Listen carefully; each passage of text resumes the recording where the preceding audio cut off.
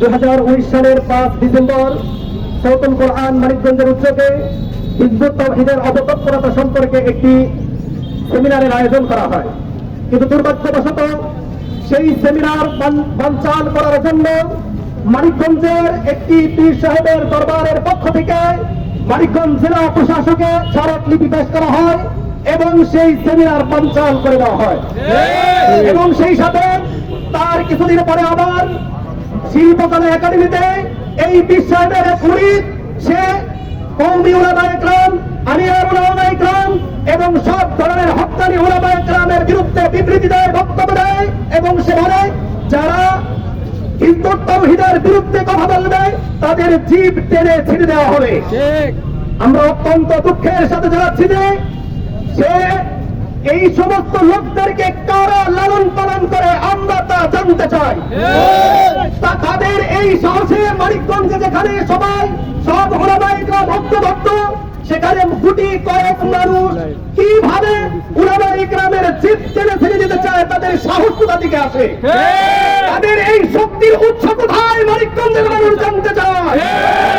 তাদেরকে কারা লালন পালন করে, তাদেরকে কারা পিছন থেকে শক্তি যোগায়, এগুলো মানিকগঞ্জের মানুষ জানতে চায়।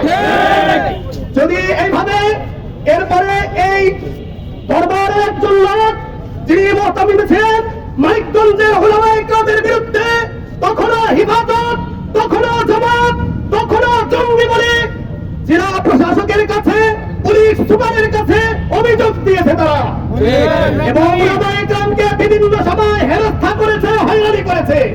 মানিকগঞ্জের বিভিন্ন জায়গায় উলামায়ে কেরাম যেসব প্রোগ্রাম করতে চেয়েছে তারা সেসব প্রোগ্রামকে বানচাল করার চেষ্টা করেছে। আপনারা জানেন সরকারি দেবেন্দ্র কলেজের মাঠে গত বছর অনেক উলামায়ে কেরাম আসার কথা ছিল, কিন্তু এই বিশ্বাসের মোতাবেক তারা এই সরকারের জেলা প্রশাসকের কাছে গিয়ে, তারপরে দেবেন্দ্র কলেজের প্রিন্সিপালের কাছে গিয়ে, জেলার পুলিশ সুপারের কাছে গিয়ে অভিযোগ দেওয়ার কারণে সেই প্রোগ্রামকে প্রথমে ক্যান্সেল করে দেয়। কিন্তু অনেক অনুনয় বিনয়ের পরে সেই অনুষ্ঠান একেবারে সীমিত করে দেওয়া হয়, সেখানে শর্ত যুক্ত করে দেওয়া হয় এইসব আলেম এলে অনুষ্ঠান করতে দেওয়া হবে, না হয় দেওয়া হবে না। এই ধরনের লোকেরা মানিকগঞ্জের বহু উলামায়ে কেরামের কাছ থেকে চাকরির প্রলোভন দেখিয়ে তারা টাকা খেয়েছে, ঘুষ নিয়েছে, কিন্তু আজকে তারা কেউ উলামায়ে কেরামরা পর্যন্ত কথা বলতে সাহস পায় না। 5 তারিখের এত মহাবিপ্লব হওয়া সত্ত্বেও সাধারণ মানুষরা আজকে এখানে অনেকেই বক্তব্য দিয়েছেন, আপনারা জানা সত্ত্বেও আজ পর্যন্ত একজনও এখানে বললেন না। আমার খুব বড় আফসোস হলো। আমি অনুরোধ করবো এদের বিরুদ্ধে কথা বলুন। যদি কথা না বলেন এরা আজকে আবার উলামায়ে কেরামকে ডাকছে, উলামায়ে কেরামকে তাদের দলে নির্ভীর বেড়াতে চাচ্ছে। আপনারা যদি তাদের সাথে যান মনে রাখবেন আমাদেরকে তারা বিক্রি করে দিবে। যদি আমরা সব সাহস নিয়ে এভাবে না গাই তাহলে এরা আমাদেরকে সব জায়গায় বিক্রি করে তারা লাভবান হবে। আমাদের সতর্ক থাকতে হবে।